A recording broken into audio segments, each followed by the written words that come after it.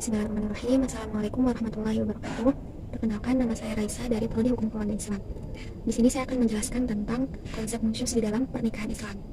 Langsung saja, secara bahasa, nusyuz itu berasal dari kata bahasa Arab yaitu nasyaza, yang mempunyai arti terangkat tinggi ke atas. Sedangkan menurut Al-Qurtubi, makna nusyuz ini adalah sesuatu yang terangkat ke atas dari bumi. Sedangkan menurut terminologi atau menurut istilah, nusyuz ialah meninggalkan kewajiban suami istri atau sikap acuh tak acuh yang ditunjukkan oleh suami atau istri. Maka dalam hal ini dapat dipahami bahwa nusyuz itu adalah sesuatu perbuatan durhaka yang dilakukan suami maupun istri dengan tidak menjalankan kewajibannya masing-masing. Yang kita tahu gitu, di dalam pernikahan Islam itu ketika sepasang suami dan istri sudah menikah, maka mereka akan dibebani kewajiban dan mempunyai hak juga masing-masing. Nah, maka ketika suami ataupun istri ini tidak menjalankan kewajibannya itu, maka disebut dengan nusyuz. Berarti mereka meninggalkan kewajibannya, itu juga disebut dengan nusyuz.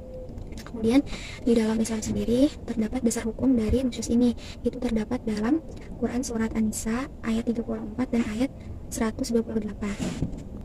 Di dalam surat Quran An-Nisa ayat 34 berbunyi, Ar-rijalu qawwamuna 'alan nisa'i bima faddala Allahu ba'dahum 'ala ba'din wa bima anfaqu min amwalihim.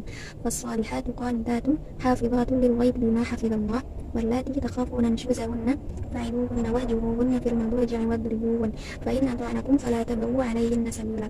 Yang artinya, kaum laki-laki itu adalah pemimpin kaum wanita, oleh karena Allah telah melebihkan sebagian mereka atas sebagian yang lain, dan karena mereka telah menafkahkan sebagian dari harta mereka. Sebab itu, maka wanita yang saleh ialah yang taat kepada Allah, lagi memelihara diri ketika suaminya tidak ada. Oleh karena Allah telah memelihara mereka. Wanita-wanita yang kamu khawatirkan nusyuznya, maka nasihatilah mereka dan pisahkanlah mereka di tempat tidur mereka, dan pukullah mereka. Kemudian jika mereka mentaati, maka janganlah kamu mencari-cari jalan untuk memisahkannya. Sesungguhnya Allah Maha Tinggi lagi Maha Besar. Nah, di dalam surat An-Nisa 34 ini menerangkan nusyuz yang dilakukan oleh istri. Nah, maka di dalam ayat ini juga dijelaskan tentang tahapan-tahapan dalam penyelesaian nusyuz istri. Gitu. Menurut tafsir Ibnu Katsir dijelaskan tentang ayat ini bahwa seorang laki-laki itu adalah pemimpin bagi seorang perempuan. Nah, maka seharusnya sebagai seorang pemimpin itu, ketika memimpin keluarganya, memimpin istrinya itu benar-benar menggunakan cara yang baik. Kemudian ada juga tahapan-tahapannya, yaitu jika istri berbuat nusyuz itu kan ada menasihatinya, kemudian setelah menasihatinya kemudian pisahkan tempat tidur kalian, kemudian baru memukul istri. Nah, dalam penjelasan ini akan dijelaskan lebih detailnya setelah ini. Kemudian dijelaskan pula bahwa ketika istri ini sudah menjalankan kewajibannya dengan baik, maka tidak boleh bagi suami untuk mencari-cari kesalahan sang istri tersebut, hanya untuk menyusahkan sang istri, karena sesungguhnya Allah Maha Tinggi lagi Maha Besar. Kemudian di dalam surat Quran An-Nisa ayat 128 itu diterangkan tentang nusyuz yang dilakukan oleh laki-laki, yang berbunyi, wa in imra'atun khafat min ba'liha nusyuzan aw i'radan fala junaha 'alayhima an yusliha bainahuma sulha was-sulhu khair wa uqtiratil anfusus syuh wa in tuhsinu wa tattaqu fa innallaha kana bima ta'maluna khabira. Yang artinya, dan jika seorang perempuan khawatir suaminya akan nusyuz atau bersikap tidak acuh, maka keduanya dapat mengadakan perdamaian yang sebenarnya, dan perdamaian ini lebih baik bagi mereka, walaupun manusia itu menurut tabiatnya kikir. Dan jika kamu memperbaiki pergaulan dengan istrimu dan memelihara dirimu dari nusyuz dan sikap acuh tak acuh, maka sungguh Allah Maha teliti terhadap yang kamu kerjakan. Nah, di dalam ayat surat An-Nisa 128 ini menjelaskan tentang nusyuznya laki-laki dan yang perlu dilakukan oleh sang istri tersebut. Di dalam ayat ini dijelaskan bahwa ketika memang suami ini melakukan perbuatan nusyuz, maka istri mempunyai penyelesaian, yaitu dengan melakukan perdamaian. Nah, menurut tafsir Ibnu Katsir ini, apa sih perdamaian yang harus dilakukan oleh istri itu? Jadi perdamaian yang dilakukan oleh istri itu dengan istri itu merelakan hak-hak istri ini tidak diberikan oleh suami. Nah, tapi ini juga ada penjelasan detail yang akan dijelaskan setelah ini. Kemudian terdapat beberapa contoh atau beberapa permisalan perbuatan nusyuz yang dilakukan oleh istri dan suami. Yang pertama, nusyuznya istri. Yang pertama itu, istri tidak mau tinggal di rumah suami. Nah, karena di dalam pernikahan atau di dalam rumah tangga, ketika sepasang-pasangan suami istri ini sudah menikah, maka sebaiknya suami dan istri ini kan tinggal di dalam satu rumah. Nah, ketika istri memang tidak mau tinggal di dalam rumah yang suami itu memang sudah siapkan, maka ini bisa disebut dengan nusyuz. Tetapi kecuali jika memang suaminya ini memberikan tempat yang tidak aman, yang berbahaya untuk istri tersebut, maka itu lain hal. Kemudian yang kedua, istri tidak meminta izin ketika keluar gitu. Nah maka sudah seharusnya gitu istri itu meminta izin ketika memang ingin keluar rumah, minta izin suaminya, karena di dalam Islam ini kan suami ini mempunyai kewajiban untuk melindungi sang istri. Kemudian yang ketiga itu istri membangkang atau tidak patuh kepada suami. Nah hal ini tentu tidak dibenarkan ya di dalam Islam, karena tentunya posisi istri ini memang harus patuh gitu, harus patuh dan hormat kepada suami. Kemudian yang keempat adalah mengusir suami dari tempat tinggal mereka, baik itu rumah milik istri maupun milik suami. Nah itulah contoh beberapa perbuatan nusyus yang dilakukan oleh istri. Nah tetapi perbuatan nusyus istri ini lebih bisa dikatakan lebih kepada ketidakpatuhan ya istri terhadap suami. Nah sebenarnya ketidakpatuhan ini sifatnya juga lebih proporsional, artinya sesuai dengan kemampuan sang istri tersebut. Maka suami dan istri ini juga harus saling memahami gitu kemampuan masing-masing dari pasangannya. Nah terus juga tidak boleh dalam menjalankan kewajiban sang istri ini tidak boleh didasari atas rasa takut gitu terhadap suaminya, tetapi harus didasari dengan rasa kasih sayang, rasa cinta gitu, dan memang didasari bahwa memang seharusnya suami ini wajib dipatuhi dan dihormati gitu di dalam agama Islam. Nah itulah contoh ya perbuatan dari nusyusnya istri. Kemudian berikut adalah contoh nusyusnya suami. Yang pertama, tidak memberikan nafkah. Nah nafkah di sini yang wajib diberikan suami itu adalah nafkah lahir dan nafkah batin. Ya kita tahu ya nafkah lahir itu berarti berupa material gitu untuk memenuhi kebutuhan di dalam rumah tangga tersebut. Nah nafkah batin itu ya berarti menyangkut tentang kebahagiaan sang istri tersebut. Nah maka ketika suami tidak memberikan nafkah lahir dan batin itu, maka suami bisa dikatakan nusyus. Nah terus kemudian yang kedua itu suami melakukan kekerasan fisik seperti misalnya memukul, pokoknya kekerasan fisik gitu. Nah hal ini juga, atau mungkin kalau sekarang kita mengenalnya KDRT, itu juga termasuk nusyusnya suami. Kemudian yang ketiga itu kekerasan mental. Nah kekerasan mental ini bisa dilihat misalnya suami sering memaki-maki istri, terus menghina istri. Nah itu juga termasuk nusyus gitu yang dilarang ya. Kemudian yang keempat itu tidak memperdulikan istri. Nah tidak memperdulikan istri di sini mungkin suami ini dia bersikap acuh tak acuh gitu, artinya dia tidak memberikan nasihat dan lain-lain gitu.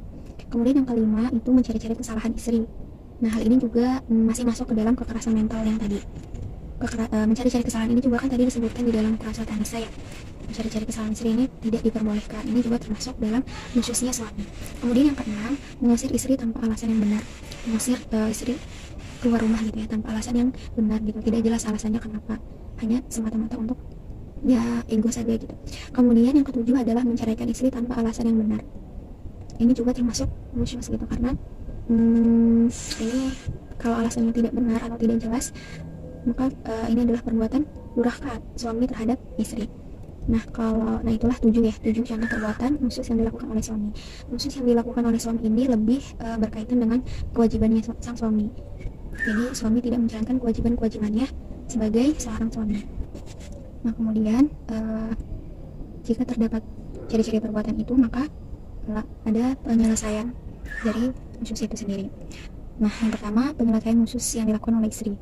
Nah seorang suami ini berhak ya untuk menyelesaikan ini, karena kemudian ketika sudah terlihat ciri-ciri perbuatan nusyus yang dilakukan oleh pasangannya, maka ada penyelesaian. Nah yang pertama itu nusyus yang dilakukan oleh istri. Nah maka sang suami harus menyelesaikan nusyus istri ini. Nah dalam menyelesaikan masalah nusyus istri ini, suami tidak boleh semata-mata menyelesaikan berdasarkan keinginannya saja gitu. Tapi di dalam Islam itu sudah diatur bagaimana menyelesaikan nusyus dari istri ini. Yang pertama itu menasihati. Nah di dalam menasihati ini juga sebagai seorang pemimpin, laki-laki ini harus menasihatinya dengan cara yang baik. Nah ada beberapa tahapan gitu dalam menasihati istri. Yang pertama, suami memberikan pelajaran, menasihati, mengingatkan bahwa Allah itu tidak akan ridho gitu jika seorang istri ini membuat suaminya marah. Terus juga diingatkan tentang kewajiban seorang istri bahwa seorang istri ini harus patuh dan harus hormat kepada suami, karena di dalam agama ya memang seperti itu aturannya. Kemudian yang selanjutnya, ketika suami ini memberikan pelajaran, memberikan nasihat, mengingatkan sang istri ini juga harus memperhatikan waktu dan kondisi sang istri tersebut. Jangan misalnya ketika istri sedang capek, sedang melakukan banyak pekerjaan, terus suami terus menasehati. Suami juga harus memperhatikan waktu dan kondisi yang tepat sehingga istri bisa menerima nasihat itu dengan baik. Jadi yang pertama itu menasihati. Kemudian yang kedua, jika memang setelah dinasihati ini istri ini masih melakukan nusyuz, masih melakukan perbuatan durhaka kepada suami, maka yang kedua itu adalah pisah ranjang. Nah, kemudian setelah itu yang ketiga itu memukul. Nah, memukul ini juga memiliki beberapa catatan. Nah, memukul ini wajib dilakukan, bukan wajib. Memukul ini dilakukan setelah melakukan dua tahap yang tadi, yaitu menasihati dan pisah ranjang. Jadi tidak boleh memukul duluan gitu. Nah, dengan catatan memukul ini yang pertama, sebelum memukul suami ini harus mencari tahu dengan benar apakah si istri ini benar-benar melakukan nusyuz atau hanya sekedar perspektif dari sang suami itu sendiri. Pokoknya harus benar-benar teliti gitu, apakah istri ini benar-benar nusyuz atau tidak. Kemudian yang kedua adalah ketika memukul itu harus tidak boleh menggunakan alat yang membahayakan, yang dapat menyakiti sang istri, yang dapat melukai gitu, yang akan memberikan bekas kepada tubuh istri. Nah, itu tidak boleh. Kemudian yang ketiga, tidak boleh memukul pada bagian wajah dan yang akan menyebabkan kesakitan ya, dan tidak boleh juga memukul pada bagian tubuh yang lain yang akan menyebabkan sang istri ini kesakitan atau memberikan bekas gitu. Harus memperhatikan ya bagaimana cara memukul ini. Kemudian yang terakhir, catatan, memukul ini dengan tidak menyakiti, artinya dengan pukulan yang lembut. Nah, itulah beberapa tahapan yang penyelesaian nusyuz istri yang harus dilakukan oleh sang suami. Kemudian jika penyelesaian nusyuz suami, maka istri ini bisa melakukan penyelesaian nusyuz suami ini dengan cara, kemudian penyelesaian nusyuz suami yang dilakukan oleh istri ini, kalau di dalam surat Quran An-Nisa ini, istri bisa melakukan penyelesaian itu dengan cara perdamaian. Perdamaian itu istri merelakan hak-haknya itu tidak diberikan oleh sang suami. Tetapi dalam hal ini juga terdapat beberapa tahapan yang bisa dilakukan oleh sang istri. Yang pertama, istri harus mencari tahu apa sih latar belakang dari sang suami ini melakukan nusyuz. Kemudian yang kedua, setelah itu istri bisa menasehati sang suami itu dengan cara yang baik pula. Nah, kemudian jika memang tahapan-tahapan itu tidak bisa dijalankan, maksudnya tidak bisa terpenuhi, tidak bisa diselesaikan masalahnya, maka pilihan terakhir atau jalan terakhir, istri bisa mengajukan khulu atau cerat pugai kepada hakim, kepada pengadilan. Nah, mungkin itulah beberapa penyelesaian, cara-cara penyelesaian nusyuz di dalam Quran surat An-Nisa ayat 34 dan 188. Sekian mungkin yang bisa saya sampaikan.